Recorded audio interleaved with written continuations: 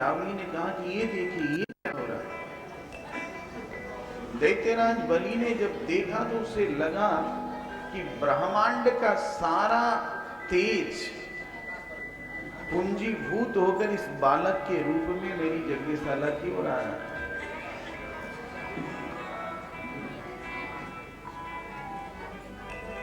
भगवान वामन बलि के यज्ञशाला में पधारे। भृगुवंशीय ब्राह्मण लोग यज्ञ करा रहे थे। सभी लोग उठ करके खड़े हो गए।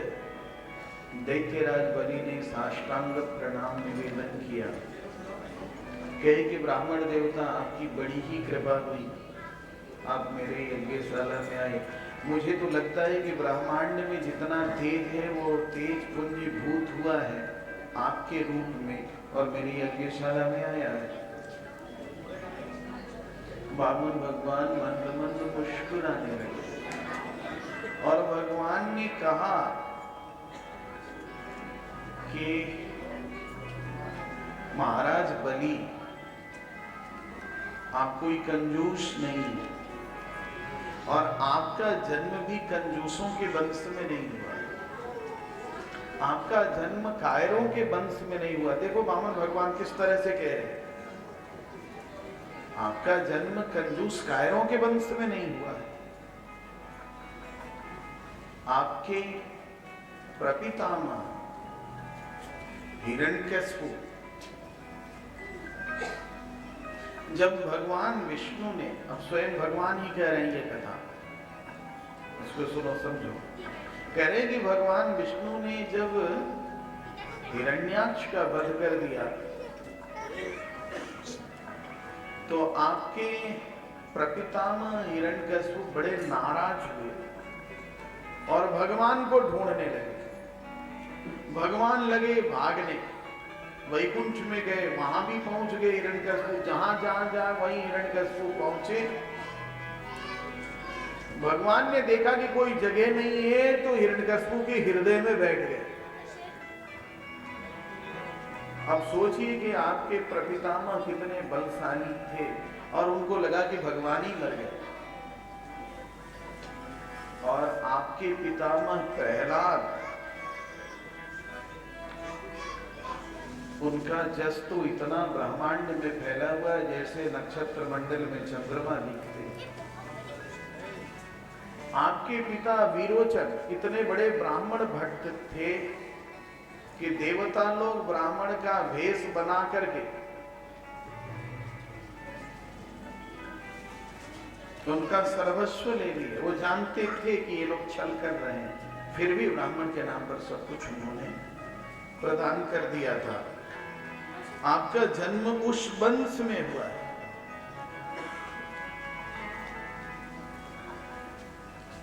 ब्राह्मण का छल जान करके भी उन्होंने अपनी आयु दे दी है।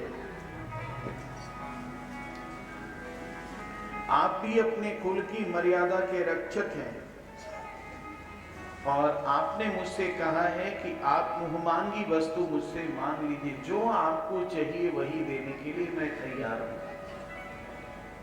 तो आपको क्या चाहिए? जब आपने वचन दिया है, खूब ध्यान से सुनो इस बात को। वामन भगवान कहते हैं कि वचन तो वचन है, जो वचन दे दिया। आप देखो अपनी वंश परंपरा को, आपकी वंश परंपरा कैसी है। कोई कायर नहीं हुआ इस वंश परंपरा में, कोई कंजूस नहीं हुआ है। और आप मुझे देकर कहें कि महाराज आपको जो चाहिए वही मांग लो, तो अब मैं आपसे मांगता हूं। बलि हाथ जोड़कर मस्तक झुका करके कहे कि ब्राह्मण देवता मांगी क्या चाहिए आपको, जो कहिएगा मैं दे दूंगा। तो भगवान ने कहा कि मुझे 3 पग पृथ्वी चाहिए।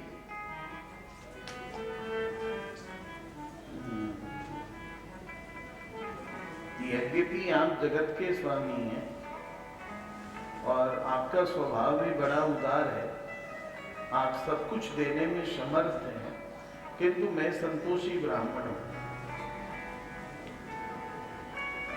और मुझे 3 पग पृथ्वी से ज्यादा की आवश्यकता महसूस नहीं हो रही। आवश्यकता 3 पग पृथ्वी की है, और जो अपने आवश्यकता के अनुरूप ही किसी से याचना करता है, मांगता है, तो वह याचक नहीं कहा जाता है, और याचना का दोष उसे नहीं लगता। देखो, याचना किसी से कुछ मांगना में भी बड़ा पाप लगता है, दान लेने में भी बड़ा पाप लगता है। लेकिन ब्राह्मण लोग बड़े सीधे साधे होते हैं ना। यजमान संकल्प करता है, कायिक वाचिक मानसिक सांसर्गिक नैसर्गिक सर्व पाप परिहारार्थम एक द्रव्य दक्षिणा ब्राह्मणाय तुभ्यमां संप्रददे। 100 रुपया हाथ में लिया, संकल्प छुड़ाया, कहा कि मैंने मन से, वचन से, कर्मों से जो जो पाप किए हैं, रात में जो पाप किए हैं, दिन में जो पाप किए हैं, सट करके जो पाप किए हैं, बैठकर जो पाप किए हैं, उठ करके जो पाप किए हैं, सारा पाप 100 रुपये में पंडित जी के घर चला जाए। अब वो ब्राह्मण बेचारा 100 रुपया हाथ में ले लेता है। तो दान देकर के तुमने उसका उपकार किया है कि तेरा दान लेकर के उसने तेरे ऊपर उपकार किया है?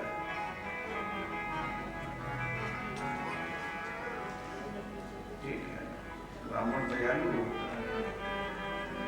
इसलिए ब्राह्मण का धर्म है दान लेना और दान दे देना।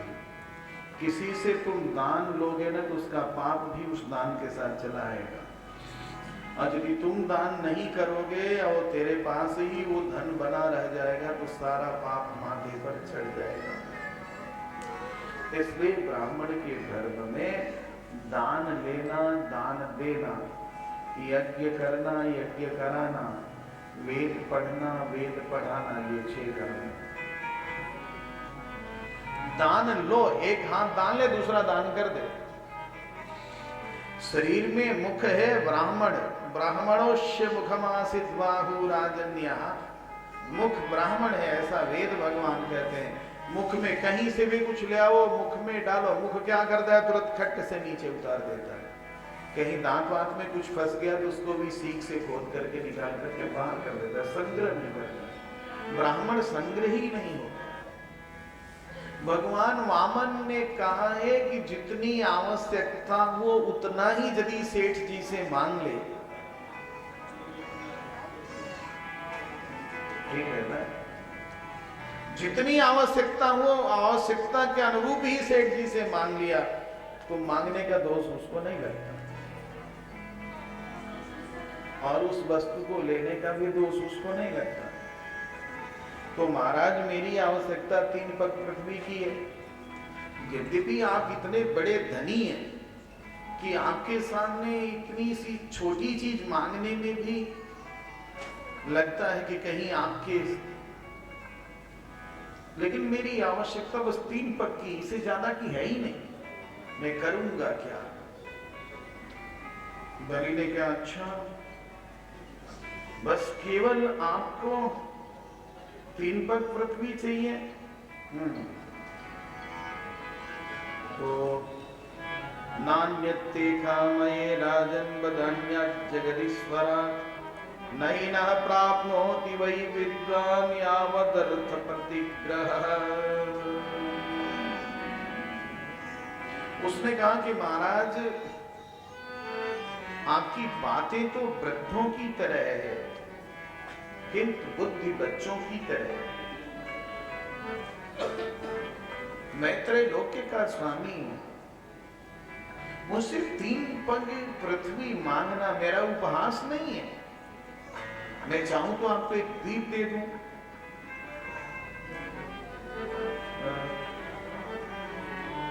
मैं तो ये सोचता हूं कि जो एक बार मेरे पास मांगने के लिए आ जाता है ना, फिर जिंदगी में उसको दूसरे से मांगने की आवश्यकता रह जाती है।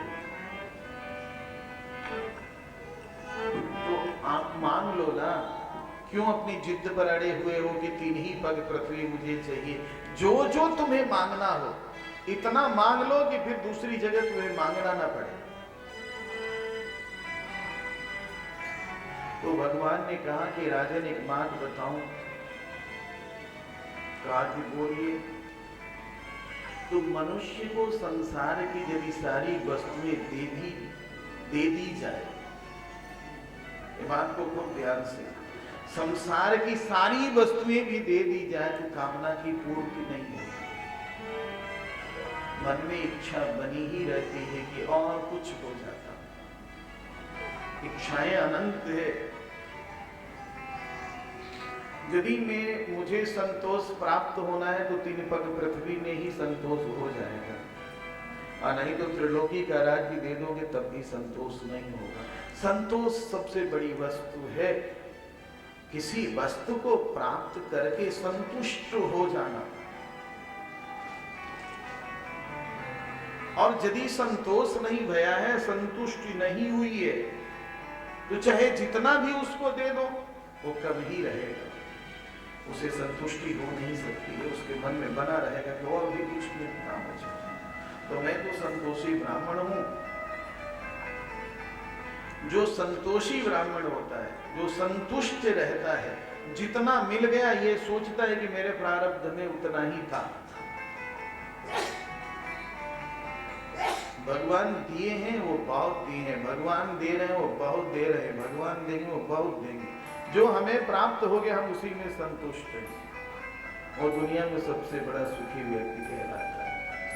हमारे पूज्य स्वामी जी महाराज, बक्सर के स्वामी जी कहते थे कि देखो, हमें शास्त्री जी कहते थे कि शास्त्री देखो, एक लोटा है, लोटे को कुएं में डुबाओगे तो उतना ही पानी आएगा, और समुद्र में डुबाओगे तो उतना ही पानी आएगा। लोटा की जितनी क्षमता है ना, पानी उतना ही आएगा। प्रारब्ध में जितना होगा, भगवान को जितना देना उतना ही मिलेगा। लाख तुम प्रयत्न कर लो, हाथ पांव बिगड़ो, से कुछ ज्यादा नहीं होना। भगवान इस बात को यहाँ पर कहे, जिसकी इंद्रियां वश में नहीं है वो त्रिलोकी का राज्य भी ले ले तो सुखी नहीं होता है। और जितना उसे प्राप्त हो गया है उतने में वह संतुष्ट हो गया तो सबसे सुखी कहा जाता है। राजन हमको बहुत ज्यादा नहीं चाहिए, 3 पग बहुत काफी है। कहा कि ठीक है, मैं संकल्प करता हूं, देता हूं आपको।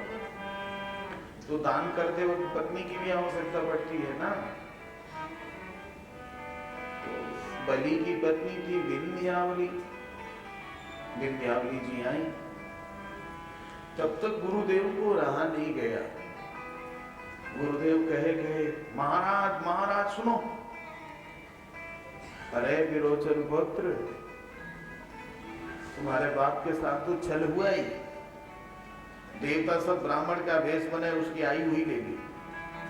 तेरे साथ भी छल हो रहा है। जिसे तुम ब्राह्मण ब्रह्मचारी समझते हो, ब्राह्मण ब्रह्मचारी है?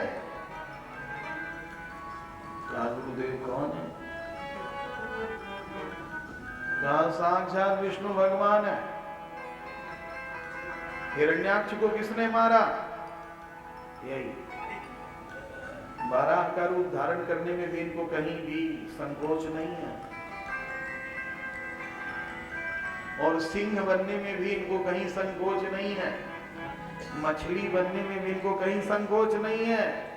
तुम्हारा प्रपितामह को किसने मारा? वही है, वही है। तो समझ नहीं रहा है।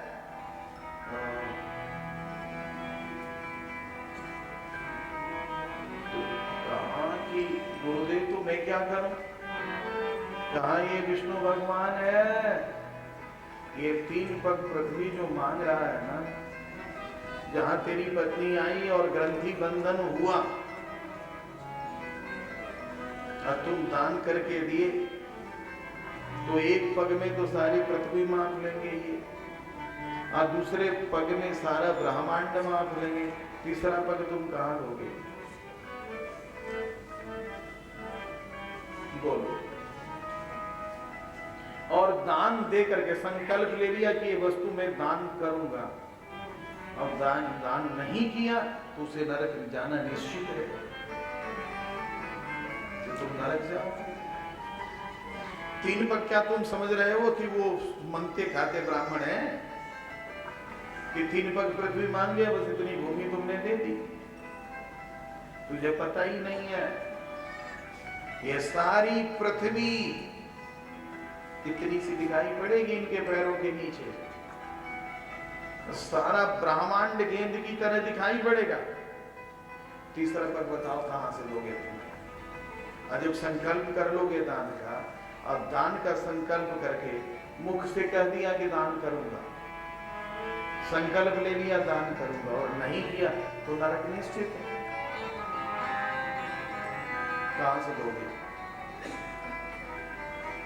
तो बलि ने कहा कि महाराज जी एक बात कहूं, आपसे तो कुछ कहने में भी मुझे बहुत संकोच होता है, डर भी लगता है। कहो। कहा कि महाराज जी जिस विष्णु की कृपा से एक कीड़े से लेकर ब्रह्मा तक का पालन होता है, जिस विष्णु के आज्ञा के अनुसार महादेव शिव को चलना पड़ता है, परमेष्ठी ब्रह्मा को चलना पड़ता है, वरुण इंद्र कुबेर सभी को चलना पड़ता है। अब वो विष्णु भगवान, यदि ये विष्णु भगवान है आपके शिष्य के यहाँ मांगने के लिए आया है, इससे बड़ी बात कुछ हो सकती है?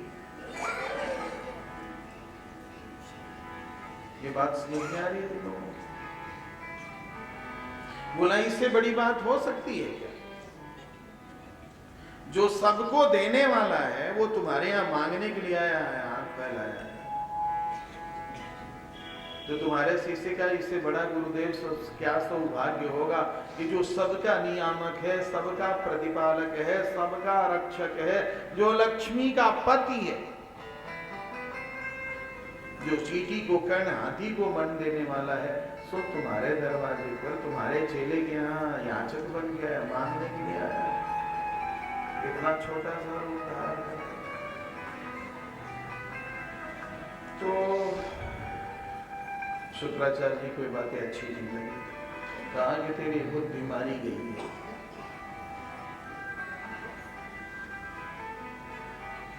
तुम्हारी बुद्धि ठीक नहीं। दान देने के लिए शास्त्र कहता है कि तुम दान दो। नीति शास्त्र में लिखा है कि दान करो, लेकिन ऐसा दान मत करो कि तुम ही बर्बाद हो जाओ।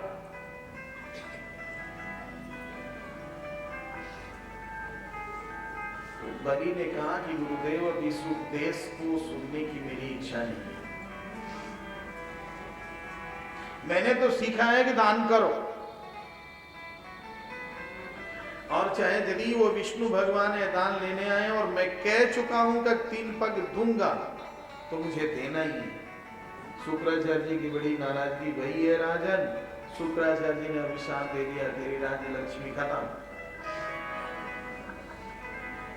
कहा बलि ने चाहे खत्म रहे चाहे खत्म रहे, जो वचन दे दिया सो दे दिया। अब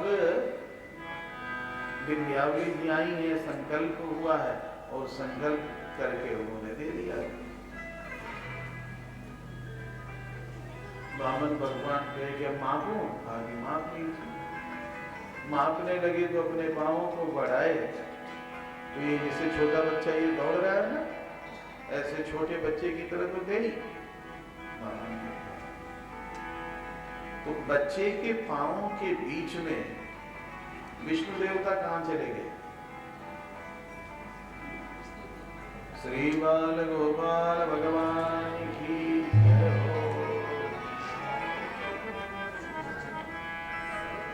हो। ठीक है ठीक है ठीक है ठीक है, मैं भूल ही गया था।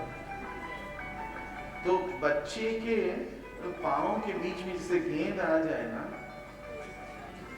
उसी तरह से सारी पृथ्वी गेंद की तरह उनके पांवों के बीच में आ गई। दूसरा पांव बढ़ाया तो सारा ब्रह्मांड उसी पैरों के बीच में आ गया। उस समय देवकुलिया जी ने चरण धोया। अब ब्रह्मा जी ने भगवान के धोए हुए चरण को, चरणामृत को, जिस जल से चरण धोया गया उस चरणामृत को अपने कमंडलों में रख लिया उस चरणामृत को शिव जी ने अपने मस्तक पर रख लिया। और जब भगीरथ जी प्रार्थना किए तो शिव जी की जटाओं से नीचे गिरा, 3 धाराएं हो गई। वही गंगा जी हैं। गंगे तव दर्शनान मुक्ति, इस गंगा जी के दर्शन करने से मुक्ति हो जाती है। ठीक है ना? जितने भी तीर्थ हैं सब गंगा किनारे, गंगा गंगा ही।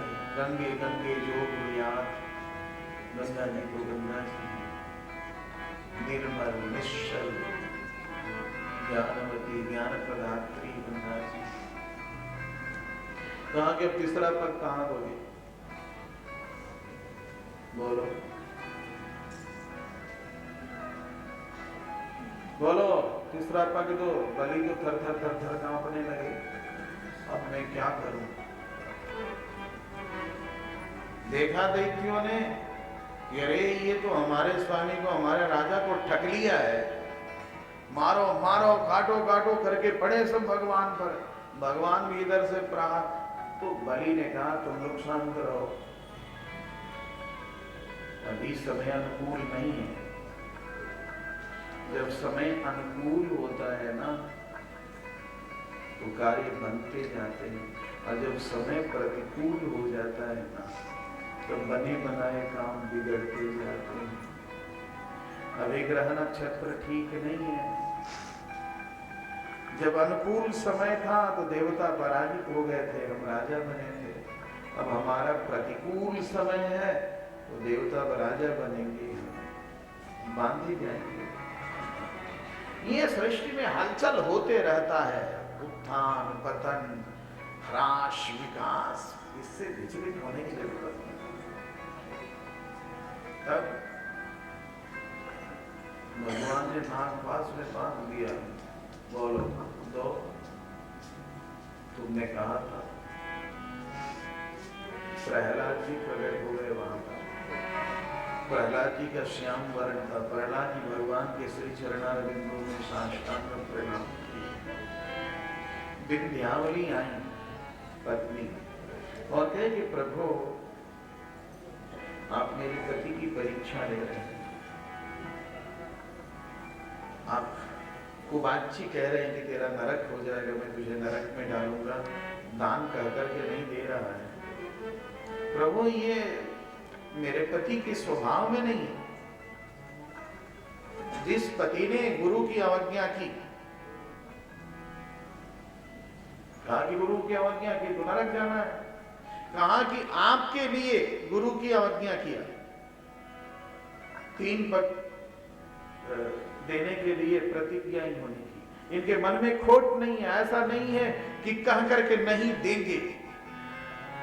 प्रभु ये कभी भी नरक जाने के अधिकारी नहीं हो सकते। आपके यहाँ न्याय हो ही नहीं सकता है। न्याय होता है चरणों में गिर करके रोना। तब उन्होंने कहा ठीक है। कहने लगे कि संपत्ति से ज्यादा कीमत संपत्तिवान की होती है। मकान है, मकान से ज्यादा कीमत मकान मालिक की है। विंध्यावली ने कहा भी हमारे पतिदेव की संपत्ति को आपने लिया है, पतिदेव तो सामने ही है, अभी इनको ले लीजिए आप। अभी तक तो पतिदेव की संपत्ति को आपने लिया है। जैसे ही विंध्यावली बोली, भगवान अपने चरणारविंद को बलि के मस्तक पर रखे हैं। हमारे आचार्य भगवान यामुनाचार्य ने वीडियोग्राफी की है, साहब लिया है उन चरणों में क्या है। कदा पुनः संखरथांग कल्पक ध्वजारविंदां कुशवज्रलांछनम् त्रिविक्रमत्तच्चरणाम्बुजद्वयं मदीयमूर्धना नमलंकरिष्यति। कदम ने कब वह समय आएगा कि जिस प्रकार ने आपने महाराजा बलि के मूर्धना माने मस्तक को अपने दिव्य चरणारविंदों से अलंकृत किया है, उस प्रकार से मेरी भी मस्तक को अलंकृत करेगी। उस समय वीडियोग्राफी की है कि उन चरणारविंदों में शंख का चिन्ह है, चक्र का चिन्ह है, कमल का चिन्ह है, अंकुश का चिन्ह है और वज्र का चिन्ह है। और सभी के अलग अलग भाव हैं। देखो, शंख श्वेत होता है, श्वेत सात्विकता का प्रतीक है।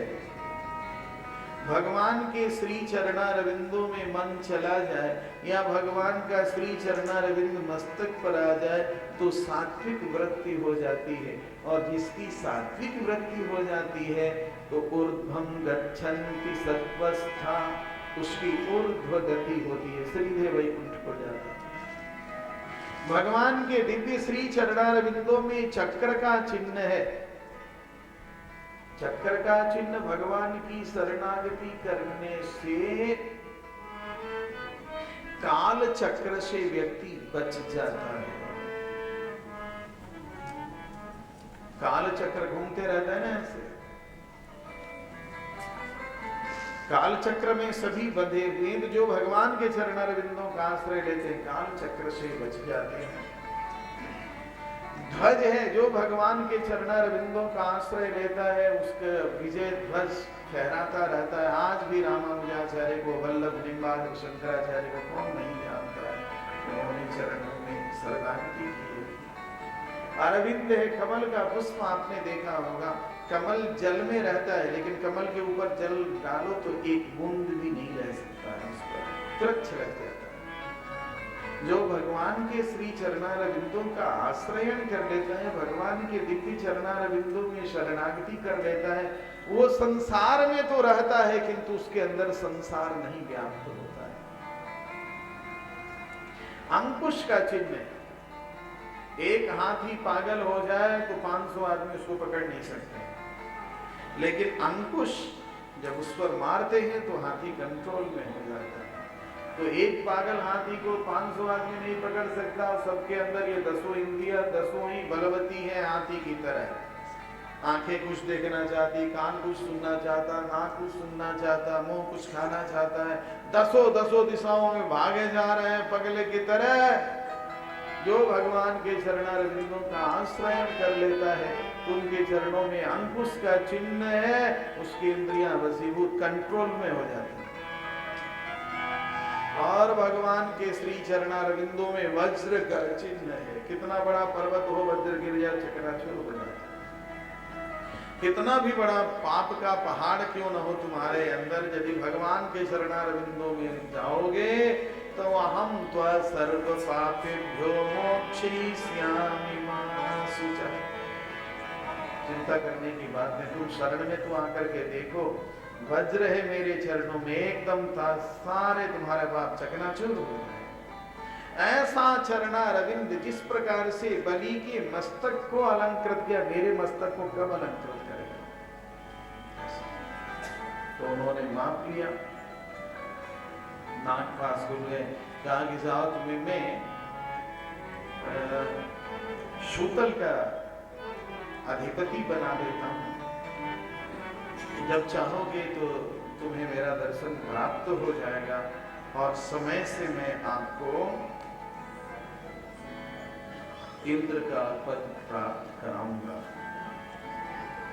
श्री बाल गोपाल भगवान की जय हो। तो इस प्रकार से सूतल लोक को बलि को उन्होंने भेज दिया और इधर आकर के कहे कि आपका नाम आज से इंद्रसेन होगा महाराज बलि, और आप इंद्र बनेंगे। भगवान के सिंहासन पर बैठे, भगवान का नाम उपेंद्र हुआ और सारा साम्राज्य देवताओं को लौटा दिया। आदिति माता के मनोरथ को भगवान ने पूर्ण किया। बोल श्री वामन भगवान की। ठीक उसी प्रकार से राजर्षि सत्यव्रत जी के यहाँ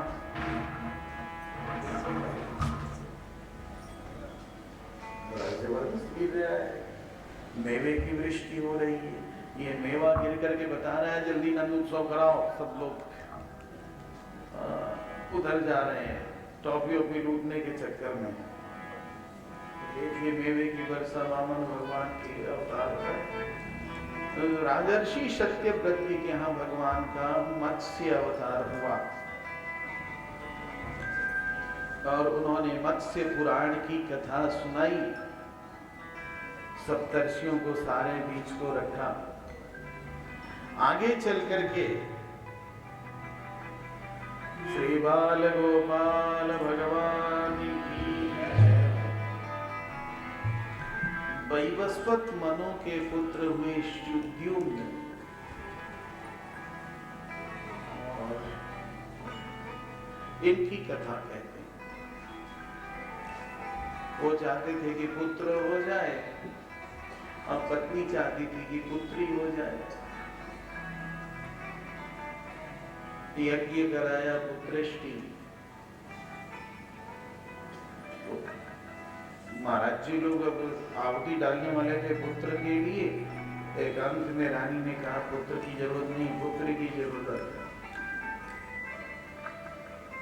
तो अच्छा बस ऐसा ही मंत्र पढ़ दिया। गर्भवती हुई, होना था लड़का, हो गई लड़की। मनु महाराज बहुत दुखित हुए। कहा कि भगवान ये क्या हुआ? वशिष्ठ जी यज्ञ के आचार्य उन्होंने ध्यान से देखा तो कहा असावधानी की वजह से पुत्र की जगह पुत्री का मंत्र पड़ गया, पुत्री हो गई। तो वशिष्ठ जी ने भगवान नारायण की आराधना की और भगवान की कृपा से पुत्री पुत्र बन गए। आज भी लिंग परिवर्तन सुनते ही हो, सब पहले भी था ना। ये कोई कपोल कल्पना नहीं है, वो उपन्यास नहीं है। समय का संकोचन को तात्विक विवेचन करने पर पता चलेगा कि इसका कुछ अंश आज है जिसको लोग विकासवाद कहते हैं।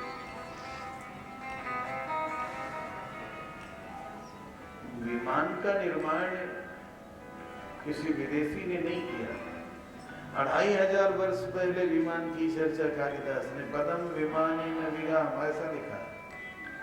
विमान की चर्चा 6000 वर्ष पहले ग्रंथ लिखा गया, इसमें विमान की चर्चा है। विमान कैसे बनेगा, विमान का आकार प्रकार कैसा होगा, इसकी चर्चा है। लिंग परिवर्तन की बात, टॉप में बच्चे पैदा होने के लिए कुंभज ऋषि की कथा जो है ना, वही तो सब उसका थोड़ा थोड़ा अंश लेकर के लोग आज आविष्कार कर रहा है। लड़का हो गया तो सुद्युम्न और अपनी सेना के साथ जंगल में गया और इलाव्रत खंड में पहुंच गया था। वो शिव जी का क्षेत्र है, पार्वती जी वहां बैठी थी एक बार और ऋषि लोग हैं, उनको बड़ी शर्मिंदगी महसूस हुई।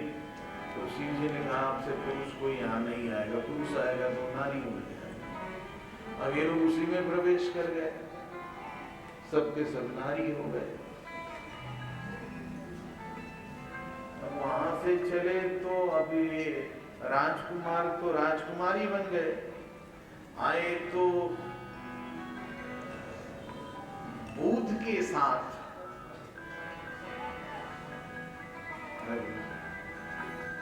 बुध तो जानते ही हो, चंद्रमा के पुत्र हैं बुध।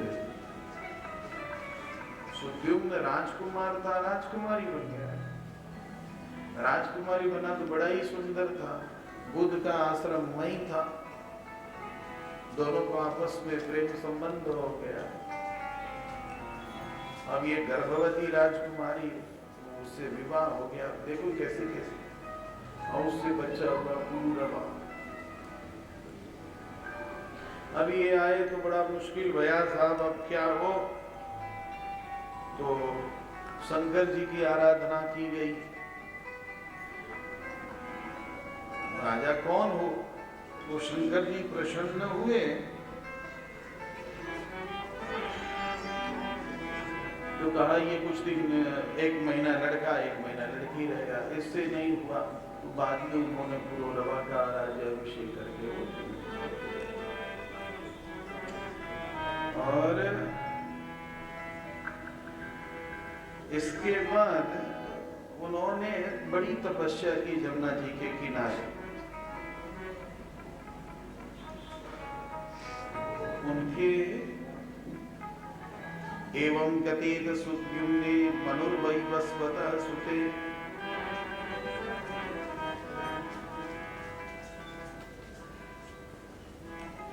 मनु महाराज ने तपस्या की कि भाई एक पुत्र संतान वंश परंपरा चलनी चाहिए। उसके फलस्वरूप उनके 10 पुत्र हुए, जिनमें सबसे बड़े का नाम था इक्ष्वाकु, मनु महाराज के पुत्र।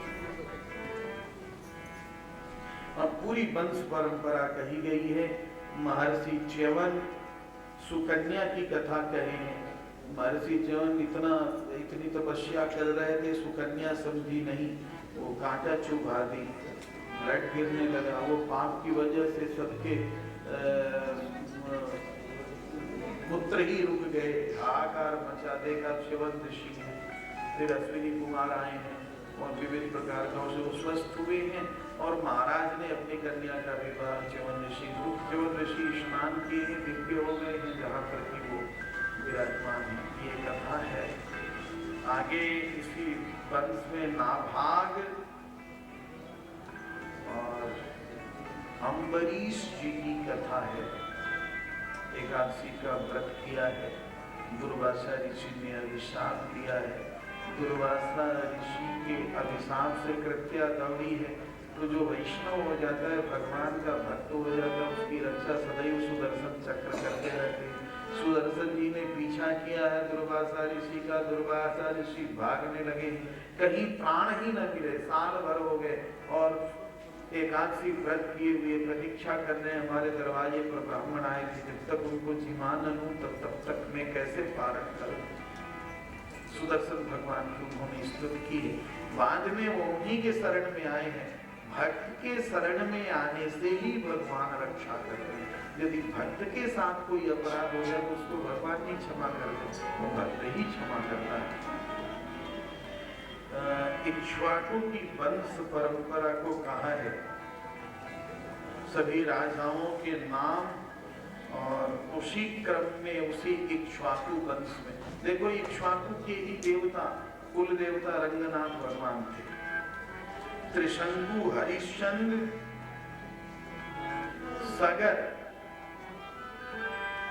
भगीरथ, गंगा जी का अवतरण।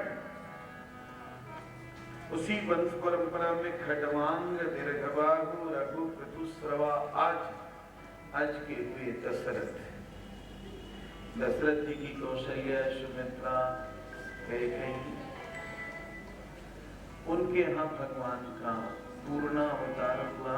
एते चांस कला पुंसः कृष्णस्तु भगवान स्वयं। पुंसः पुरुषोत्तमः, पुंसः माने पुरुषोत्तम भगवान राम।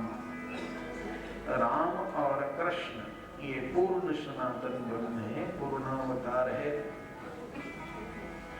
पृथ्वी ऐसे आक्रांत होकर के गौ का रूप धारण करके ब्रह्मा जी के पास गई।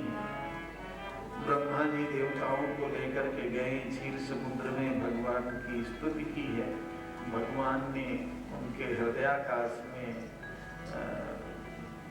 वचन दिया है कि हम अवतरित होंगे। इधर श्रृंगी ऋषि को बुलाकर वशिष्ठ जी ने पुत्रेष्टि यज्ञ कराया है। अग्निदेव चरु लेकर के प्रकट हुए हैं और चरुई लोग खाई हैं। इनके गर्भ में भगवान अपने अंशों के साथ पूर्ण सनातन ब्रह्म नारायण अपने अंश माने भरत, लक्ष्मण और शत्रुघ्न के साथ आए और समय से इनका अवतरण हुआ है। विप्रधेनु सुरसंत हित मनुजय अवतार निजयेच्छा निरमित तनु माया गुण गोपाल। भगवान 16 वर्ष तक रहे। समय का संकोच है, जल्दी नंद उत्सव कराना है। आगे हम लोग पढ़ रहे हैं तो सुन लो समास विधि से। विश्वामित्र जी आकर के याचना की है, राम लक्ष्मण को लेकर के गए हैं। भगवान राम पूर्ण सनातन ब्रह्म नारायण है, लक्ष्मण जी साक्षात शेष है, जिसको देखना वाल्मीकि रामायण भी देख सकता है। वहां से वो सीधे सरजू जी के किनारे किनारे पहुंचे हैं। सरजू जी जहाँ गंगा जी में मिलती हैं वहां से पार होकर के पहुंचे हैं सिद्धाश्रम में। वहां पर ताड़का स्वभाव का उद्धार किया, मारीच को वहीं से मार करके भेगा, वो गिरा कर्नाटक के जंगल में। और विश्वामित्र जी के यज्ञ को संपादित किया। वहां से गंगा जी के किनारे किनारे चले हैं, जहां सोन नदी गंगा जी में संगम करता है। सोन और गंगा का संगम है, वहीं से भगवान राम पार हुए हैं। क्योंकि आज्ञा थी विश्वामित्र जी की, जाकर के गौतम जी के आश्रम में पहुंचे हैं, जहां पर अहिल्या अभिशाप बस पत्थर बनी हुई थी, पादस्पर्श हुआ है और अहिल्या पुनः अहिल्या बन गई। मिथिलापुरी में पहुंचे, जब भगवान का अवतरण होता है तो भगवती का भी होता है। राघवत्वे भवत सीता, भगवान जब राघव बनते हैं तो वो सीता बनती हैं। तो वहां पहुंचे हैं, धनुष यज्ञ हो रहा है। उदित उदय गिरि मंच पर रघुबर बाल पतंग, विकसे संत सरोज सभा हर से लोचन भृंग। जब भगवान राम विश्वामित्र जी के अनुशासन से रंगमंच पर पहुंचे, जहां धनुष रखा था, तो मिथिला की नारियां हतप्रभ हो गई उस रूप को देख करके और कहने लगी, यो धनुष बड़ो विकराल, रघुबर छोटो सो जो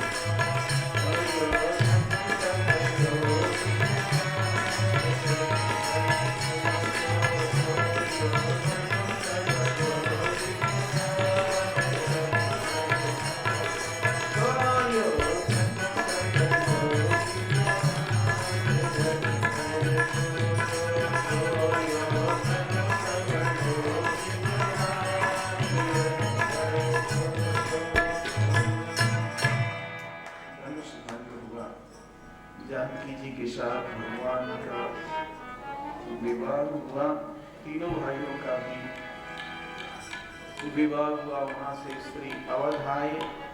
2 अध्याय में रामचरित्र की चर्चा है और भागवत जी के अनुसार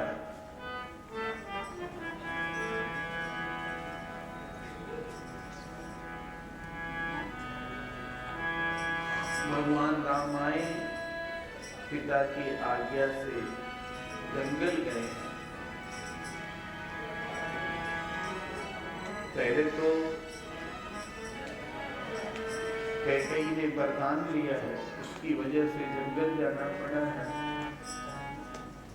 तमसा के तट पर गए हैं, तमसा को पार किया है, सुमंत को भेज दिया है वहां से तीर्थराज प्रयाग गए।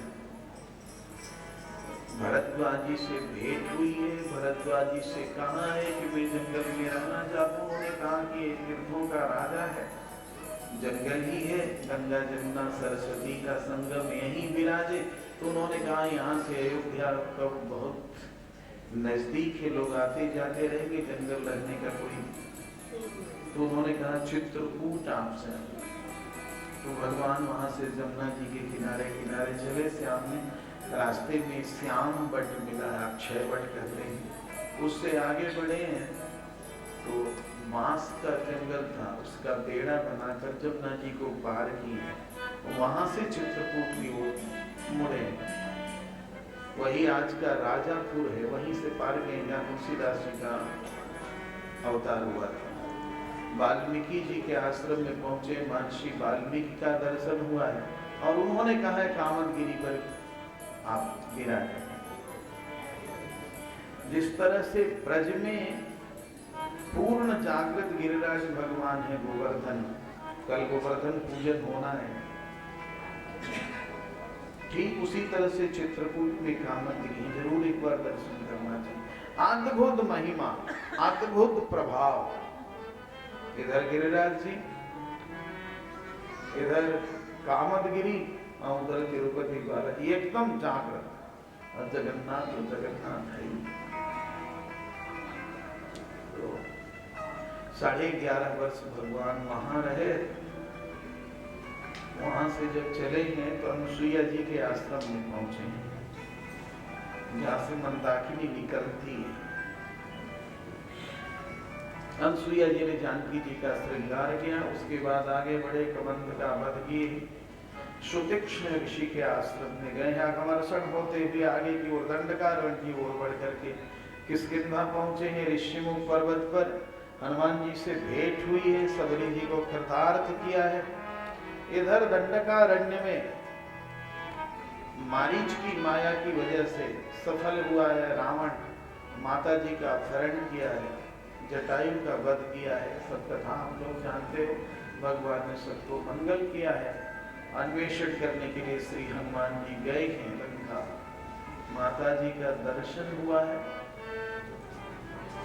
भगवान अपनी सेना के साथ वहां पहुंचे हैं। राक्षस संस्कृति का विनाश करके वैदिक संस्कृति का विजय ध्वज फहराया भगवान ने। जानकी जी को लेकर के पुष्पक विमान से श्री अवध को पधारे हैं। 10 वर्ष सहस्राणी 10 वर्ष शतांत, 11,000 वर्षों तक भगवान श्री अवध में विराजमान रहे। पूर्ण सनातन ब्रह्म भगवान का। इसके बाद निमि वंश की चर्चा है, फिर चंद्रवंश। परशुराम जी भगवान के आवेशावतार हैं। अब उन्होंने कहा है कि महाराज कभी तो वंश विस्तारो भवता सोमसूर्ययो,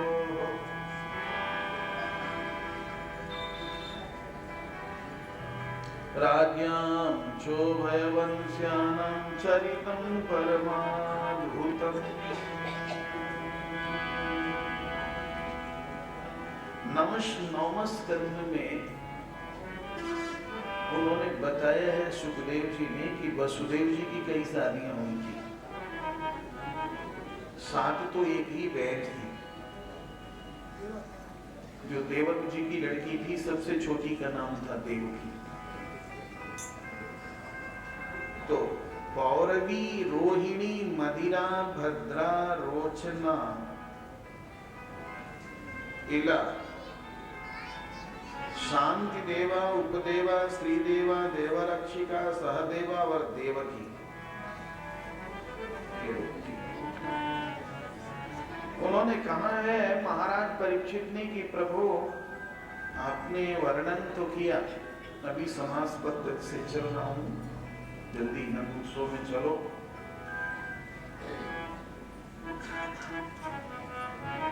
सोमवंश, सूर्यवंश की चर्चा मैंने सुनी, लेकिन मैं उस वंश की चर्चा सुनना चाह रहा हूँ जिस वंश में मेरे भगवान आए थे, जिन्होंने गर्भ में मेरी रक्षा की। अवधिर्यदोर्वंशे भगवान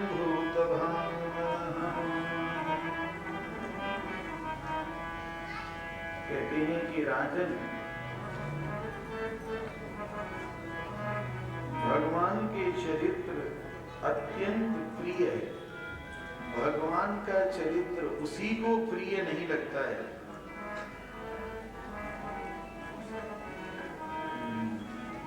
जो पशुघाती है और आत्मघाती है। नहीं तो सभी को भगवान का चरित्र बहुत बढ़िया लगता है। इसको गोस्वामी जी ने राम कथा कही सुनत अघाही रस विशेष जाना की नहीं। तो उन्होंने कहा कि प्रभु 4 श्लोकों में आपने कथा सुनाई, ऐसे बात समझ में नहीं आ रही है। मेरा प्रश्न ये है कि आपने श्री वसुदेव जी की संतानों को कहते समय श्री बलराम जी को रोहिणी का और आगे देवकी का पुत्र बताया है। एक ही बलराम जी देवकी के भी पुत्र हैं और रोहिणी के भी पुत्र हैं, ये बात समझ में नहीं आई है। भगवान अवतरित हुए हैं मथुरा में, तो ब्रज में कैसे चले गए? और नंद बाबा के साथ भगवान ने कहां कहां भ्रमण किया? ब्रज और मथुरा में भगवान कृष्ण ने कौन कौन सी लीलाएं की? और कोई मामा को मारता है, कंस उनका मामा था, क्यों मार डाला? और जदुवंशियों के साथ भगवान ने द्वारका जी में कितने दिनों तक निवास किया? और भगवान कृष्ण की कितनी पत्नियां थीं? इसके अलावा अन्य जो लीलाएं हैं इसी में अंतर्भूत है। कृपा करके मुझे सुनाइए।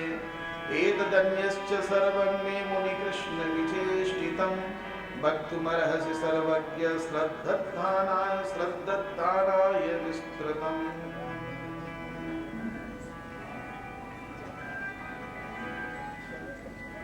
उन्होंने कहा कि साहब, जिस दिन से मैं कथा सुनने बैठा हूं मैंने जल पीना बंद कर दिया है।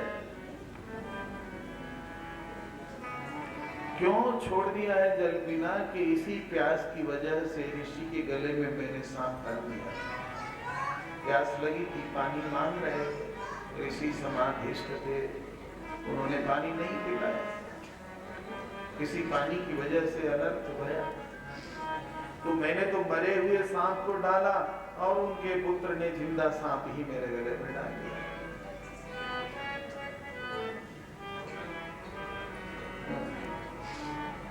फिर भी मैं आपको सच्ची बात कहता हूं कि भगवान के चरित्र सुनकर के न तो मुझे भूख लग रही है न प्यास, क्योंकि आपके मुखारविंद से भगवत चरितामृत का मैं पान अनवरत करते जा रहा हूँ। पिबंतम त्वन्मुखाम्भोज आच्युतम हरिकथामृतम् एवं निशम्य भृगुनंदन साधुवादम् वैयासकिः स भगवानथ विष्णुरातम् प्रत्यर्च्य कृष्णचरितं कलिकल्मषघ्नं व्याहर्तुमारभत भागवत प्रधानः। जिस कथा को श्री सुखदेव जी महाराज परीक्षित को सुना रहे हैं, उसी कथा को श्री सूत जी महाराज सौनकादिक महर्षियों को सुना रहे हैं।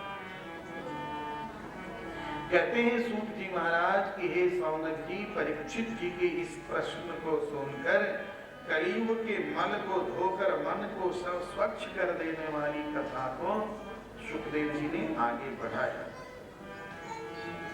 कहते हैं कि राजन, भगवान की कथा कहने वाला, सुनने वाला, प्रश्न करने वाला, तीनों ही भगवान के कृपा पात्र हो जाते हैं।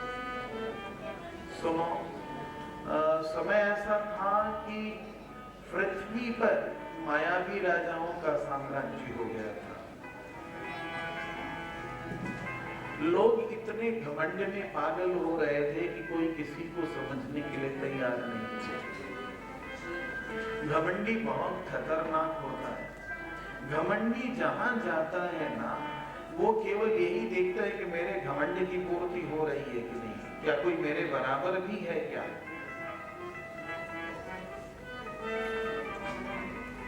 घमंडी को कष्ट इसी बात के लिए कि मेरी बराबरी करने वाला कोई है, कि उसको सहन नहीं। कहा पृथ्वी भय से आक्रांत हो गई थी, परेशान हो गई थी। वो भगवान से प्रार्थना करने के लिए ब्रह्मा जी के पास गई और अपनी करुण कथा सुनाई।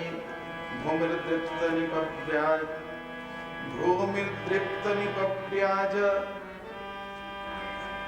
भूमिर्दृप्त नृपव्याज दैत्यानीक सतायुतैः आक्रांता भूरि भारेण ब्रह्माणं शरणं ययम् गौरभूत्वा सुमुखे खिन्ना क्रंदन्ति करुणं विभोः। ब्रह्मा जी शंकर जी को लेकर अन्य प्रमुख देवताओं को लेकर क्षीर समुद्र के किनारे गए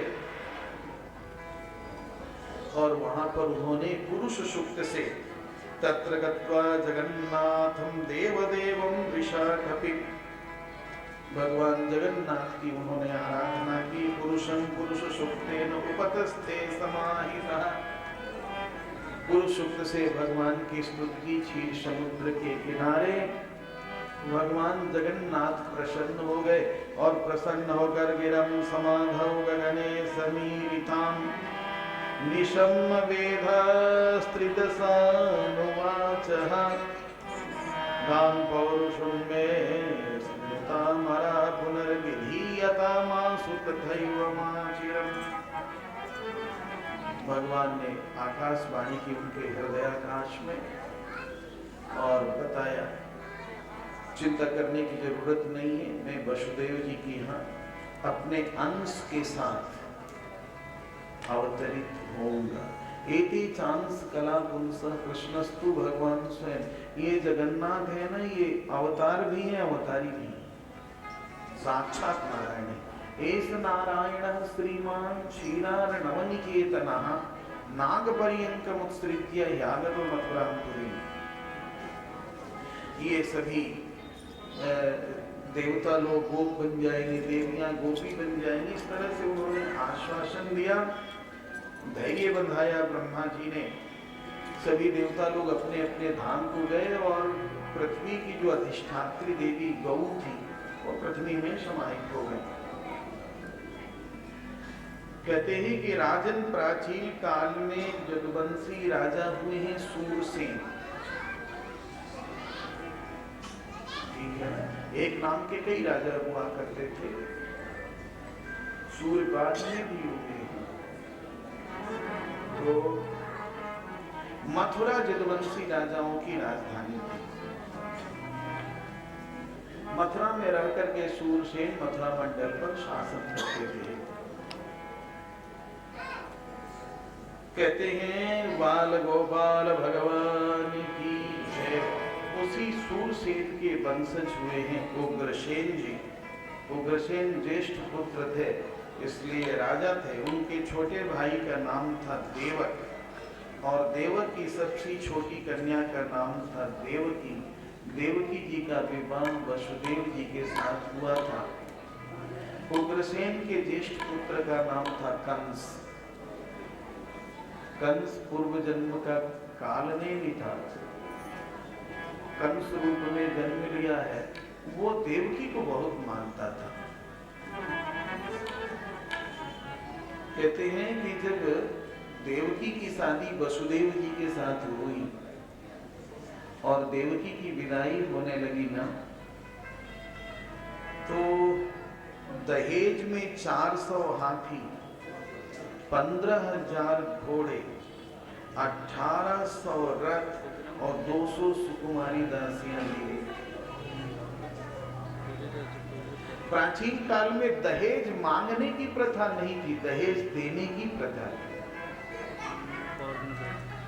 दहेज कोई मांगता नहीं था, बेटी की विदाई करते थे, ये चीजें जो जिसकी विसार थी अपने अनुसार वो देता था। और में तो कुछ देते ही थे। जिसमें देव बैठ करके जा रहे हैं, उस रथ का साथी मैं स्वयं रहूंगा। कंस रथ को हाँकने लगा था, और जैसे ही रथ आगे की ओर बढ़ा, तब तक आकाशवाणी हुई, अस्यास्त्वाम अष्टमो गर्भो हन्तायाम वहसे।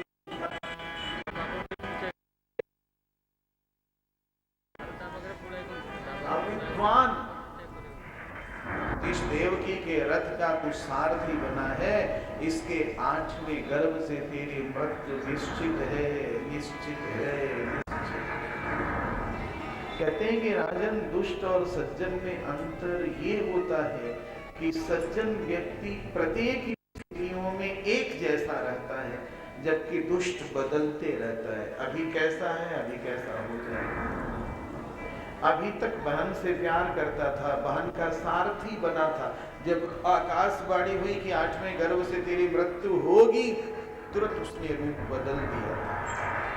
ध्यान से तलवार निकाला, उसकी चोटी पकड़ा, कहा न रहेगा बांस न बजेगी बंसुरी, देवकी रहेगी तब ना 8वां गर्भ होगा, इसी को मार डालता हूं।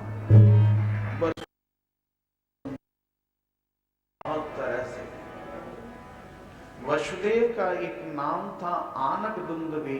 जब वसुदेव जी का जन्म हुआ था, उस समय आकाश में दुंदुभियां बजने लगी थी, सहनाइयां बजने लगी थी। आनक दुंदुभि उनको कहते थे। वसुदेव जी जिंदगी में कभी झूठ नहीं बोले थे। कहते हैं कि राजन, जो कभी झूठ नहीं बोलता है ना, उसकी वाणी अत्यंत प्रभावोत्पादक हो जाती है।